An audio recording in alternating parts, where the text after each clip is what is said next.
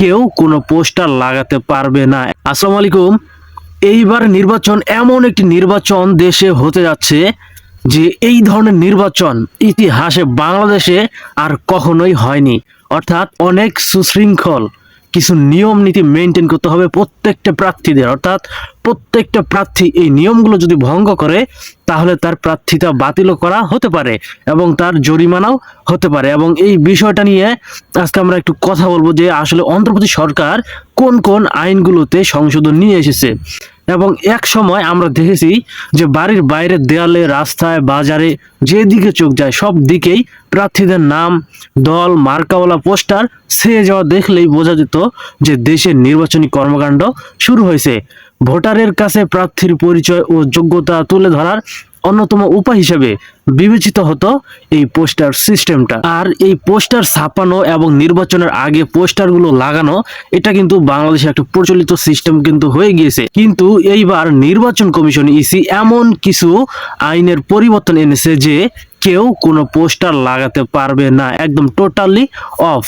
হয়তো আমাদের পক্ষে অনেকের অনেক ধরনের কথা জাগতে পারে এবং প্রশ্ন উঠতে পারে যে পোস্টার লাগাতে পারবো না, তাহলে এটা কোন ধরনের নির্বাচন? আসলে কিন্তু এরকমটা না। এর পিছনে অবশ্যই রহস্য রয়েছে যেটা আপনাদেরও ভালো লাগবে যদি আপনারা শুনেন।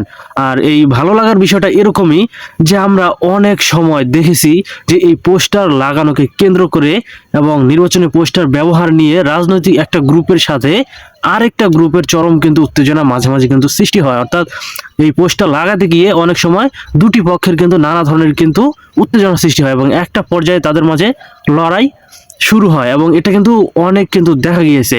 আর এই ঘটনাগুলো ঘটলেও আগে নির্বাচনে পোস্টারের ব্যবহার কিন্তু নিষিদ্ধ ছিল না কখনোই। কিন্তু এইবার গত 10ই নভেম্বর রাজনৈতিক দল এবং প্রার্থীদের জন্য আচরণ বিধিতে সংশোধন এনে গেজেট জারি করে কে?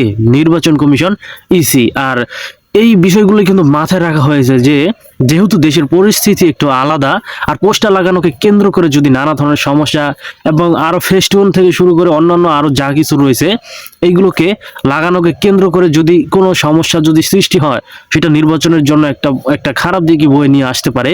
তাই কিন্তু নির্বাচন কমিশন এই ধরনের ডিসিশনটা কিন্তু নিয়েছে। এবং নির্বাচন কমিশন সচিব আক্তার আহমেদ বিবিসি বাংলাকে বলেন, আমরা বিধিমালা চূড়ান্ত করার আগে রাজনৈতিক দলগুলোর কাছ থেকে মতামত নিয়েছি।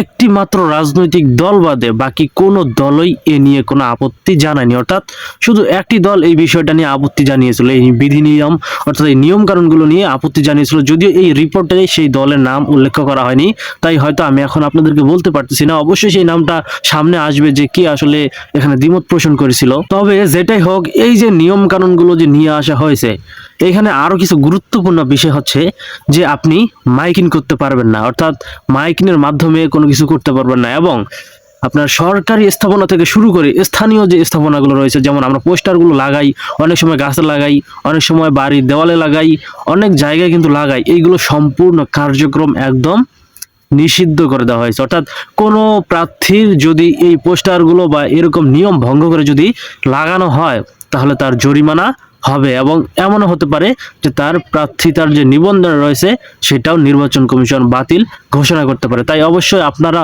যারাই নির্বাচনের জন্য হয়তো অনেক কিছু করেন, পরিশ্রম করেন, আপনারা সকলেই সাবধানেই এই নির্বাচনটা পরিচালনা করবেন। আমরা চাই দেশে যাতে একটা সুষ্ঠু এবং সুন্দর নির্বাচন হোক।